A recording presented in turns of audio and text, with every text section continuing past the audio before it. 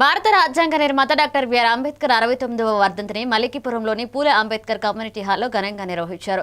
బహుజన సమన్వయ సమైక్య మరియు ఎస్సీ వెల్ఫేర్ అసోసియేషన్ అధ్యక్ష కార్యదర్శులు గెడ్డం తులసి భాస్కర్రావు, గుబ్బల బాబ్జీల ఆధ్వర్యంలో ఈ కార్యక్రమం జరిగింది.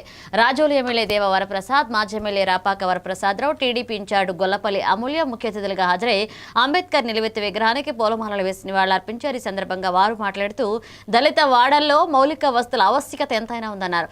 యువత చెడు వ్యసనాలకు దూరంగా ఉంచు రాజ్యాంగ నిర్మాత అంబేద్కర్ ను ఆదర్శంగా తీసుకుని సమాజానికి ఉపయోగపడే విధంగా ఉండాలన్నారు.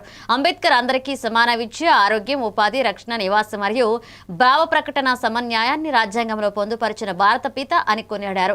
సమాజ నిర్మాణంలో బాబాసాహెబ్ ను ప్రపంచ దేశాలు మరియు ఐక్యరాజ్య సమితి సింబల్ ఆఫ్ నాలెడ్జ్ గా గుర్తించారని తెలిపారు.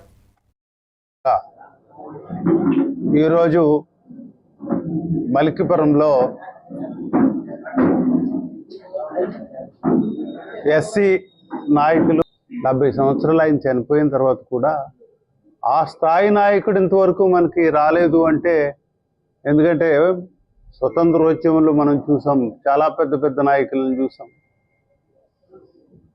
ఈ రోజున చూస్తున్నట్టయితే ఎవరిని నేను ఈ రోజు నేను మాట్లాడుతూ ఉన్నాను.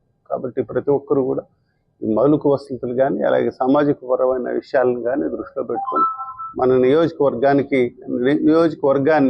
ముందుకు తీసుకెళ్లడంలో ప్రతి ఒక్కరు కూడా నాకు సహకరిస్తారని కోరుకుంటూ సెలవు. ఆయన చేసిన కృషి, ఆయన చేసిన పోరాటాన్ని మనం అందరం కూడా ఎప్పటికప్పుడు స్మరణ చేసుకోవాల్సిందే. ఆయన జీవితాంతం పోరాడుతూ ఒక దిక్సూచిగా మనల్ని ముందుకు నడిపించే ప్రతి మాట, అమూల్యమైన మాటని మనం తలపోసుకుంటూ సమాజం మనకేం చేసింది అనేది కాకుండా సమాజానికి మనమేం చేస్తున్నాం అనే దిశగా మనం అందరం ప్రయాణించాలి. ఈరోజు వర్ధంతి రోజున నా సహోదరులందరికీ కూడా మరొకసారి నేను మనస్ఫూర్తిగా ధన్యవాదాలు. మల్కిపురం మండలం లక్కవరం